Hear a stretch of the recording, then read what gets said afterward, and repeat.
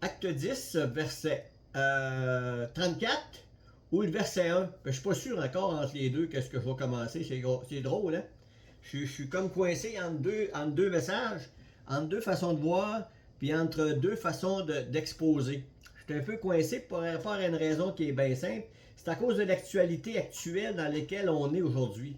On a eu le meurtre de Charlie Cook et les réactions qu'on a entendues sur les médias qui nous amènent à une réflexion. Et lorsque j'étudiais ce texte-là, je trouvais qu'il s'appliquait bien aussi à ce texte-là d'une certaine façon. Et d'une autre façon, c'était faire suite au message que j'ai amené le dimanche quand vous êtes venu ici chez nous. Et c'était pour montrer un autre aspect de Dieu. Et cet aspect de Dieu-là, je le trouvais intéressant dans le verset 34. Donc, on va aller de cet aspect-là pour commencer. Verset 34 d'Acte 10, il dit « Alors Pierre, ouvrant la bouche, dit « En vérité, je reconnais que Dieu ne fait point d'acceptation de personne, mais qu'en toute nation, celui qui le craint et qui pratique la justice lui est agréable. » Je trouvais ce texte-là très intéressant et très enrichissant et en même temps d'une vérité percutante dans le monde dans lequel on vit, où souvent les gens nous disent « Oh, ça se peut-tu que cette personne-là soit sauvée? C'est tellement une bonne personne. Elle croit en Dieu, elle fait des bonnes œuvres, elle est vraiment dévouée, elle est généreuse. C'est vraiment un modèle, vraiment, mais vraiment un modèle. C'est vraiment ça. » Puis quand on en regarde ce verset-là, ben ça nous dit franchement que Dieu reconnaît, puis que Dieu, il dit que ça lui est agréable. Donc ça lui est agréable des gens qui agissent de cette façon-là. C'est pas désagréable à Dieu. Mais voyez-vous, c'est pas suffisant tout ça. Pourquoi? Et c'est pour ça qu'à un moment donné, il a fallu que Dieu fasse quelque chose de vraiment extraordinaire. Pour quelle raison? Là, on va tourner au verset 1 du chapitre 10, parce que là, on va tomber dans le contexte un peu de cette histoire-là. C'est que l'apôtre Pierre, tout comme les Juifs de son temps, étaient des personnes qui avaient la tête dure. Pourquoi? Parce qu'on peut dire à quelque part, ils étaient endoctrinés. Et endoctrinés dans le sens qu'ils avaient un cadre d'enseignement dans lequel ils adhéraient, puis dans lequel ils étaient vraiment ancrés. Et je peux vous dire une chose, ça prenait vraiment quelque chose de très fort, de très solide, des arguments pour les faire changer d'idée. À un point tel qu'à un moment donné, Dieu voulait de faire quelque chose d'assez spécial envers Pierre. Pourquoi? Parce que Pierre, le verset, Pierre, où Pierre, il a eu une vision. Pierre a eu Dieu voulait envoyer une vision à Pierre. Et là, il envoie une vision à Pierre, puis il dit à Pierre, il est apparu, attendez-moi un peu. Pierre, ok, c'est ça, verset 9,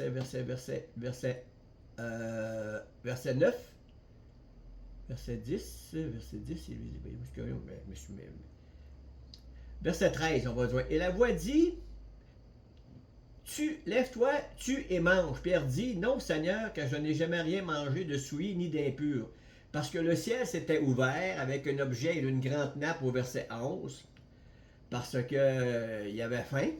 Bon, ça commence en réto au verset 9. C'est pour ça que j'étais un peu mêlé, parce que là, je regardais le verset 9, puis il était en route, puis moi, c'était pas en route que j'étais arrêté, c'était sur le fait qu'il priait. Et arrêté au verset 9, il était en route, puis il approchait de la ville, et Pierre montait sur le toit vers la 6e heure pour prier. C'était 3 heures de l'après-midi, ça. Donc, Pierre priait probablement 3 fois par jour, le matin, l'après-midi et le soir. Et là, il avait faim. Il a eu faim et il voulut manger. Pendant qu'on lui préparait à manger, il tomba en extase.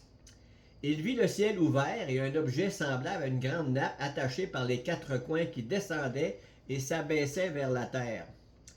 Et où se trouvaient tous les quadrupèdes et les reptiles de la terre et les oiseaux du ciel. Et une voix lui dit, « Lève-toi, Pierre, tue et mange. » Mais Pierre dit, « Non, Seigneur, car je n'ai rien mangé de souillé ni d'impur. » Et pour la seconde fois, la voix se fit entendre à lui et Dieu lui dit, « Ce que Dieu a déclaré pur, ne le regarde pas comme souillé. » Cela arriva jusqu'à 3 fois.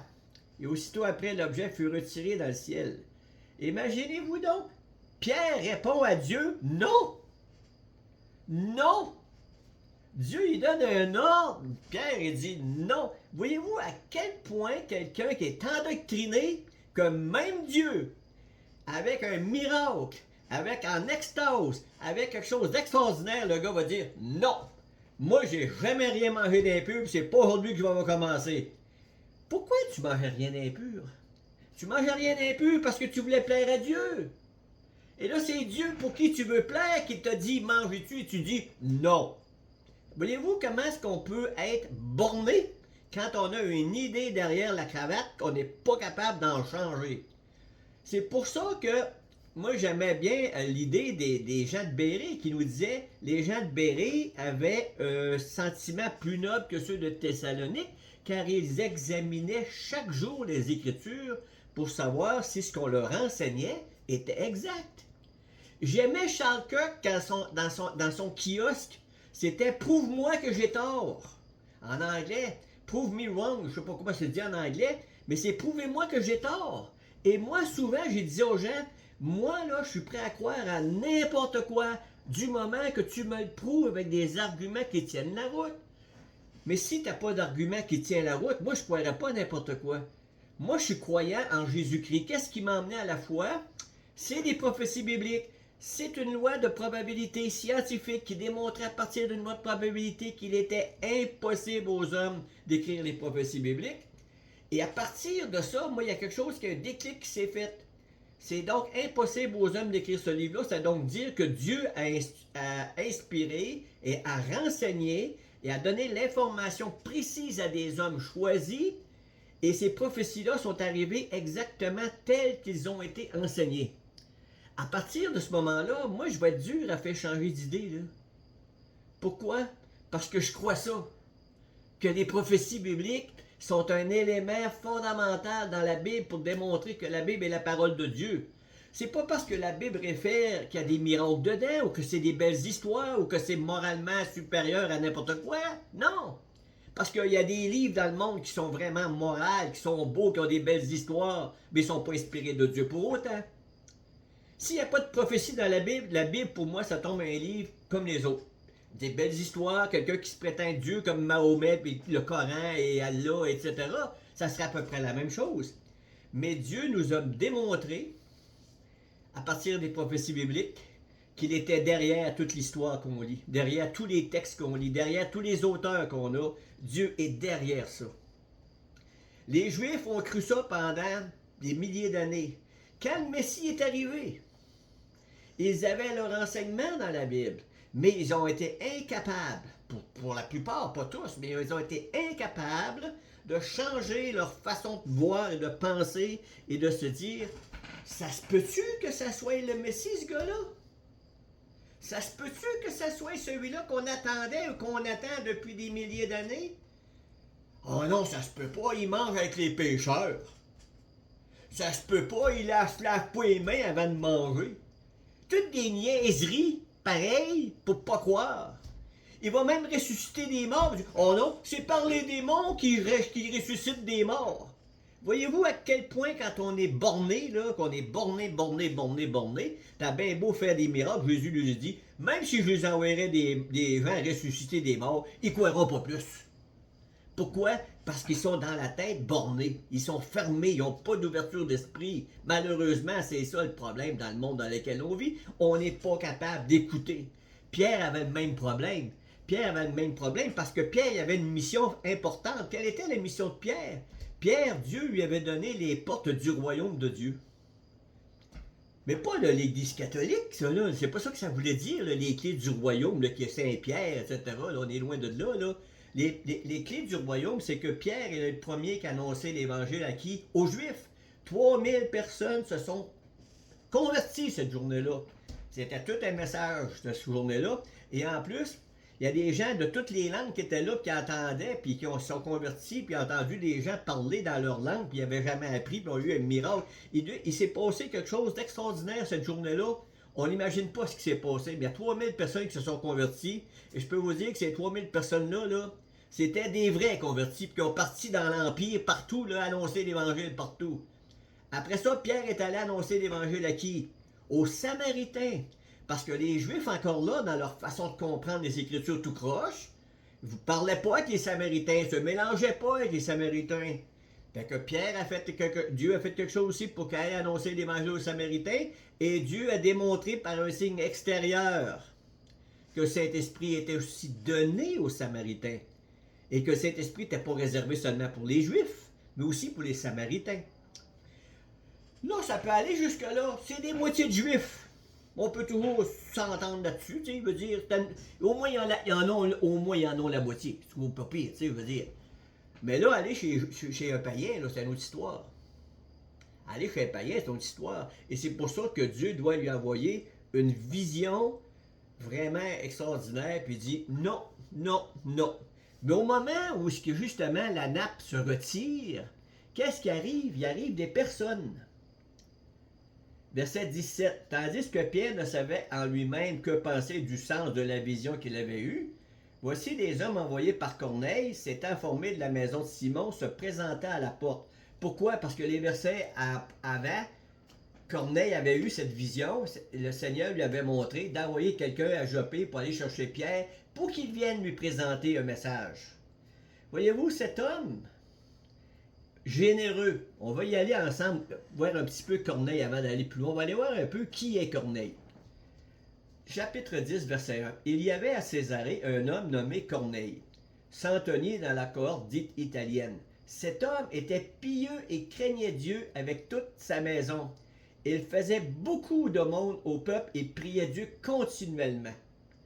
Voyez-vous quel genre d'homme on a ici? On n'a pas un homme, on a un homme extraordinaire, généreux, craignant Dieu, et toute sa maison la même chose, et même ses serviteurs la même chose.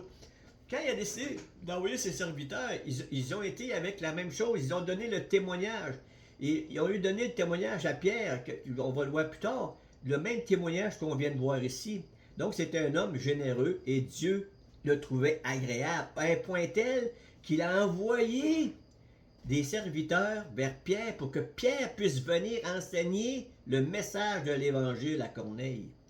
Parce que malgré toutes ses aumônes, malgré tout le fait qu'il craignait Dieu, qu'il adhérait aux doctrines du judaïsme, il n'était pas sauvé pour autant. Et pourquoi je dis ça? Parce que s'il avait été sauvé, il n'aurait pas eu besoin que Pierre vienne le rencontrer. Voyez-vous? Donc au verset 13, verset 14, verset 15, et voici on est rendu. Ok, verset 19. Et comme Pierre était à réfléchir sur la vision, l'Esprit lui dit, voici 3 hommes te demandent, lève-toi, descends et pars avec eux sans hésiter, car c'est moi qui les ai envoyés. Pierre donc descendit et dit à ces hommes, voici, je suis celui que vous cherchez. Quel est le motif qui vous amène? J'imagine que les hommes devaient être surpris de voir quelqu'un qu'on vient voir. Ah, je suis le gars que vous cherchez. Comment ça fait qu'il sait ça, lui? Tu sais, je veux dire, déjà là, il y avait déjà là quelque chose pour donner, un peu de crédibilité aux hommes qui voient Pierre. Ben, c'est vraiment le gars qu'on vient voir. Il est déjà au courant qu'on vient pour le voir. Comprends-tu? Bon, il n'a pas encore parlé. Tu sais? Et il répondit, quel est le motif qui vous amène? Ça, il ne sait pas encore. Parce qu'il ne comprenait pas encore la vision de la nappe. Il n'avait pas encore compris. Donc, c'est là qu'il va la comprendre quand Corneille, il va dire, répondit, Corneille, centenier, homme juste et craignant Dieu. C'est intéressant. Homme juste et craignant Dieu. De qui toute la nation des Juifs rend un bon témoignage.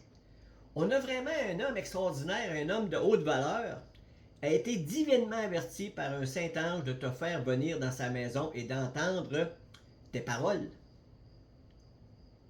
Pierre donc les fit entrer, il les logea. Le lendemain, il se leva et partit avec eux. Quelques-uns des frères de Joppé l'accompagnèrent, donc il n'a pas été là tout seul. Ils arrivèrent à Césarée le jour suivant. Corneille qui les attendait et les avait invités, ses parents, ses amis intimes. Lorsque Pierre entra, Corneille, qui était allé au-devant de lui, tomba à ses pieds et se prosterna. C'est intéressant de voir ça ici. On voit ça aussi dans une certaine église, de se mettre en avant de Saint-Pierre. Mais c'est pas le Saint-Pierre ici, parce que Pierre dit non, non, non, non, non. Verset 26, Pierre le releva disant, lève-toi, moi aussi, je suis un homme.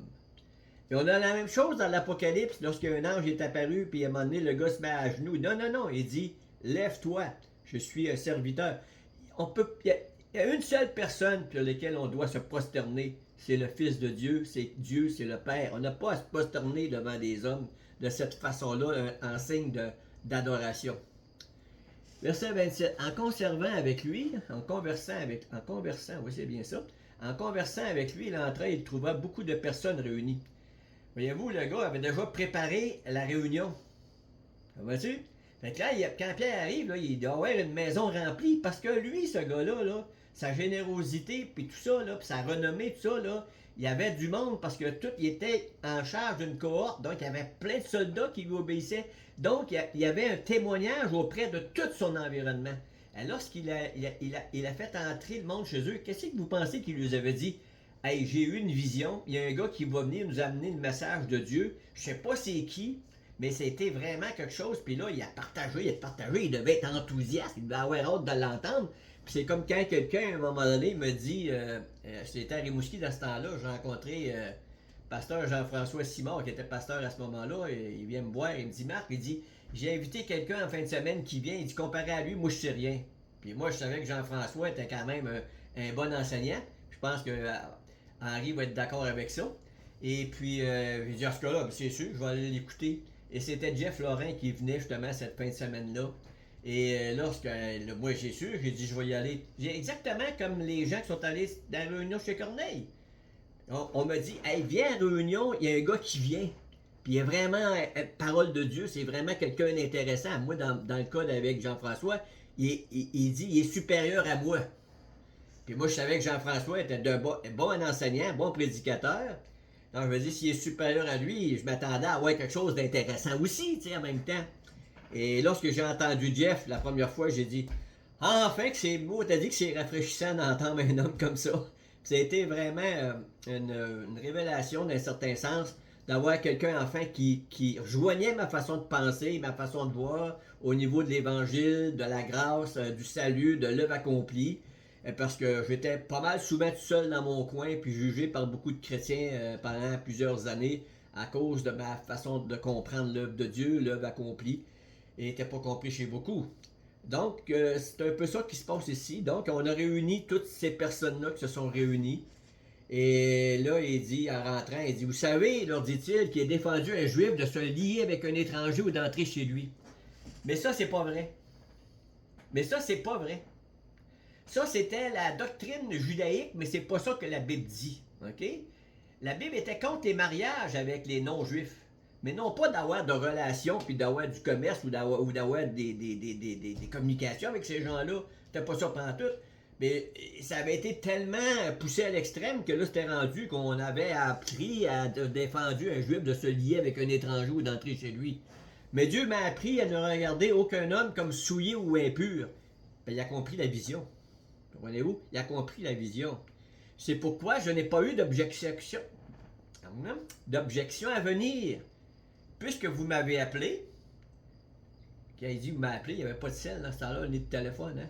C'était pas pire dans ce temps-là, il était capable de s'appeler, mais ça prenait quelqu'un qui se déplace. On a fait du progrès à tabarouette depuis ce temps-là. Je vais vous dire de quoi. Quand on a parti d'un gars qui va à pied, après ça c'était des pigeons, après ça c'était le télégraphe, après ça c'était le téléphone, puis là on est rendu au cellulaire. Je sais pas c'est quoi la prochaine étape. J'ai hâte de voir, le petit aparté, excusez-moi là. Mais j'ai trouvé ça intéressant. Je vous demande donc pour quel motif vous m'avez envoyé chercher. Corneille dit, il y a 4 jours à cette heure-ci, je priais dans ma maison à la 9e heure. Et voici un homme vêtu d'un habit éclatant se présenta devant moi et dit, Corneille, ta prière a été exaucée et Dieu s'est souvenu de tes aumônes. Envoie donc à Joppé et fais venir Simon surnommé Pierre. Il est logé dans la maison de Simon, corroyeur près de la mer. Aussitôt j'ai envoyé vers toi, et tu as bien fait de venir. Maintenant donc, nous sommes tous devant Dieu pour entendre ce que le Seigneur t'a ordonné de nous dire. Et Pierre, ouvrant la bouche, dit, en vérité, je reconnais que Dieu ne fait point exception de personne, mais qu'en toute nation, celui qui le craint et pratique la justice lui est agréable. Il a envoyé la parole aux fils d'Israël en leur annonçant la paix par Jésus-Christ qui est le Seigneur de tous. Vous savez ce qui est arrivé dans la Judée après avoir commencé en Galilée à la suite du baptême que j'ai prêché. Vous savez comment Dieu a oint du Saint-Esprit de force Jésus de Nazareth qui allait de lieu en lieu faisant du bien et guérissant tous ceux qui étaient sous l'empire du diable, car Dieu était avec lui. Nous sommes témoins de tout ce qu'il a fait dans le pays des Juifs, à Jérusalem et à Jérusalem. Ils l'ont tué et l'ont pendu au bois. Dieu l'a ressuscité le troisième jour et l'a permis qu'il apparût. Non à tout le peuple, mais aux témoins choisis d'avance par Dieu, à nous qui avons mangé et bu avec lui après qu'il fut ressuscité des morts. Et Jésus nous a ordonné de prêcher au peuple et d'attester que c'est lui que Dieu a établi par Dieu, juge des vivants et des morts. Voyez-vous, le message est là. C'est lui, Jésus-Christ, qui a été établi par Dieu, juge des vivants et des morts. Tous les prophètes rendent de lui le témoignage que quiconque croit en lui reçoit par son nom le pardon des péchés. Comme Pierre prononça encore ces mots, le Saint-Esprit est descendu sur tous ceux qui écoutaient la parole. Tous les fidèles circoncis qui étaient venus avec Pierre furent étonnés de ce que le don du Saint-Esprit était répandu sur les païens. Car ils les entendaient quoi? Parler en langue et glorifier Dieu. Alors Pierre dit, peut-on refuser l'eau du baptême à ceux qui ont reçu le Saint-Esprit aussi bien que nous? Et leur donna qu'il fût baptisé au nom du Seigneur, sur quoi ils le prièrent de rester quelques jours auprès d'eux. Voyez-vous ici, cette don des langues, de cette manifestation extérieure, a servi à démontrer que le baptême du Saint-Esprit était aussi pour les païens. À la Pentecôte, il y a eu cette manifestation extérieure du baptême du Saint-Esprit. On peut dire, le baptême du Saint-Esprit, c'était l'introduction, le début de l'Église. Les chrétiens ont été incorporés dans le corps de Christ. Les gens qui ont cru ont été mis dans le corps de Christ. Ils ont reçu le Saint-Esprit et ont parlé en langue. Ça a été une manifestation de première instance. Ça fut la même chose chez les Samaritains. Ils ont entendu parler la même chose en langue. Et ça a été la même chose chez les païens, ils ont entendu parler en langue. Et c'est justement une démonstration que les clés du royaume que Pierre avait reçues, il les a ouvertes aux Juifs, il a ouvert aux Samaritains, puis il les a ouverts aux païens. Les clés du royaume, après ça, il n'y en a plus besoin, puisque le royaume est ouvert à toute nation, et à tout peuple, et à toute langue, et à toute culture, et tout ce que vous voudrez. L'évangile est pour tout le monde. Fait que les clés, là, il a ouvert les clés, les portes sont ouvertes, maintenant entrez. Peut-être qu'un jour, les plaies vont se fermer. On va entrer dans une autre ère. OK? Mais pour l'instant, les clés sont encore ouvertes. Continuons dans le verset 11. Les apôtres et les frères qui étaient dans la Judée apprirent que les païens avaient aussi reçu la parole de Dieu. Et lorsque Pierre fut monté à Jérusalem, les fidèles circoncis lui adressèrent quoi? Des reproches. Hey, tu es allé sur les incirconcis? Et en plus, tu as mangé avec eux. Hey, c'est pas drôle. C'est vraiment pas drôle. Voyez-vous à quel point des fois on peut être vraiment bigot puis vraiment stupide dans nos façons de penser. Nous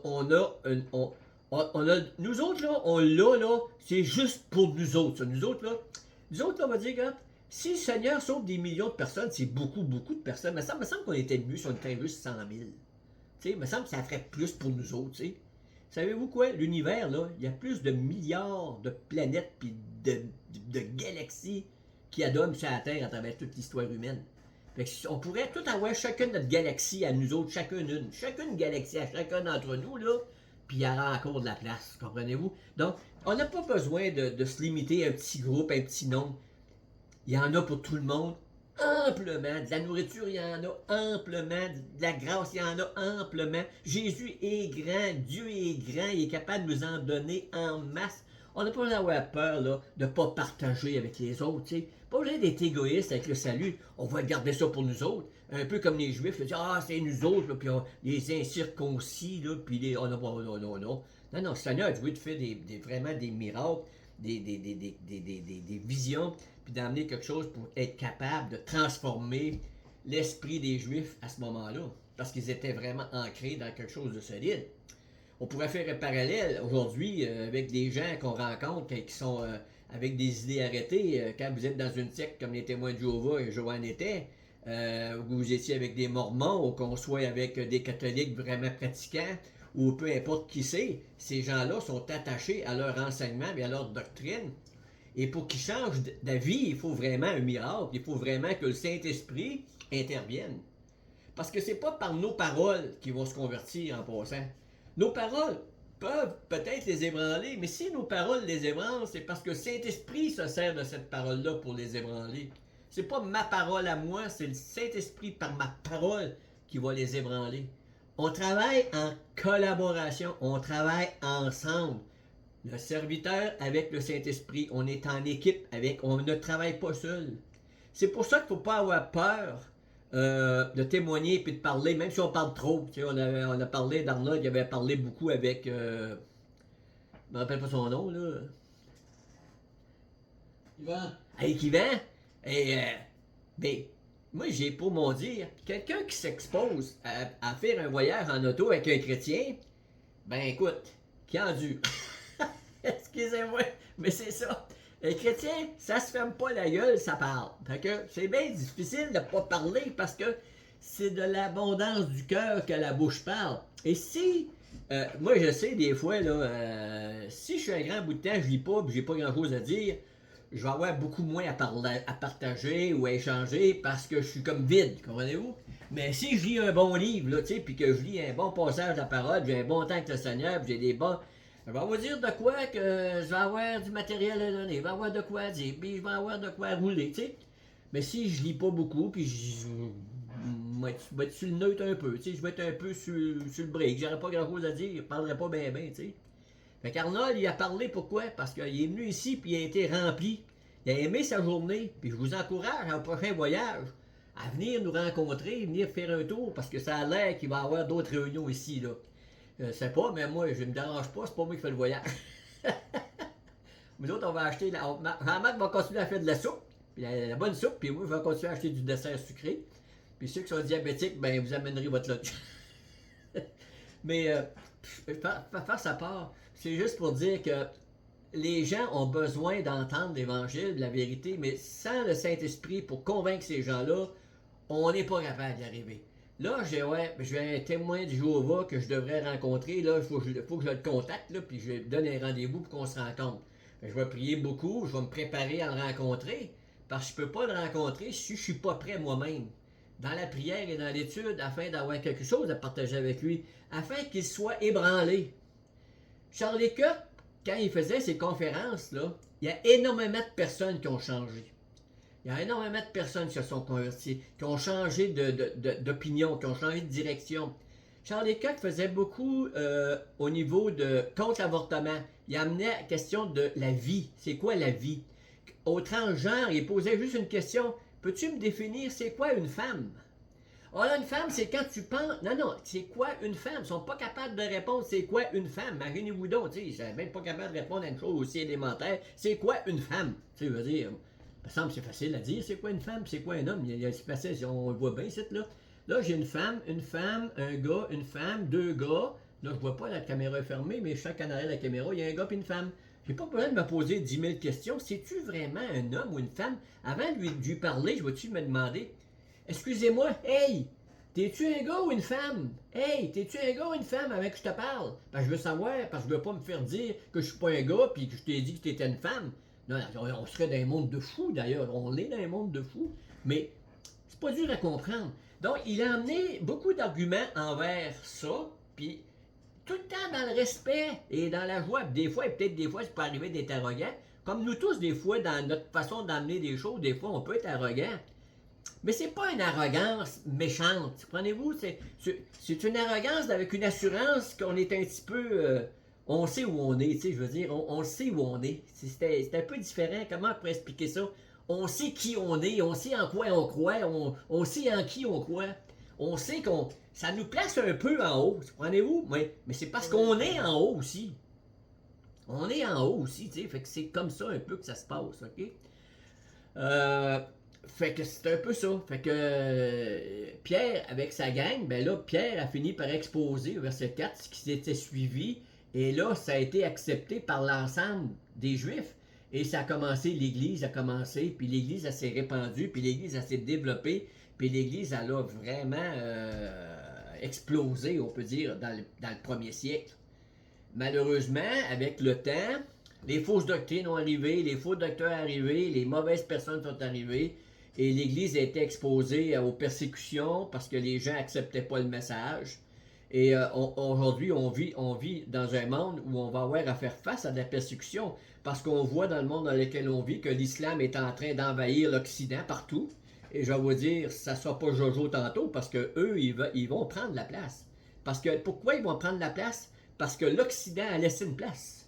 L'Occident a laissé une place vide. Lorsque les gens ont rejeté le christianisme, ils ont laissé un trou dans la foi, ils ont laissé un trou, et comme dit, la nature a horreur du vide, donc il y a quelque chose d'autre qui va prendre la place. Les jeunes ont soif de spiritualité, soit qu'ils se tournent vers Christ, soit qu'ils se tournent vers Mahomet. Et on voit beaucoup de jeunes se tourner vers l'islam aujourd'hui, c'est incroyable, plutôt que de se tourner vers le christianisme. Ce qui est le fun chez les jeunes à l'heure actuelle, il y a beaucoup de jeunes qui se convertissent, ils n'ont pas d'arrière-plan catholique. Ils ne sont pas troublés par les fausses doctrines de Jola. Ils partent à neuf. Ils savent rien.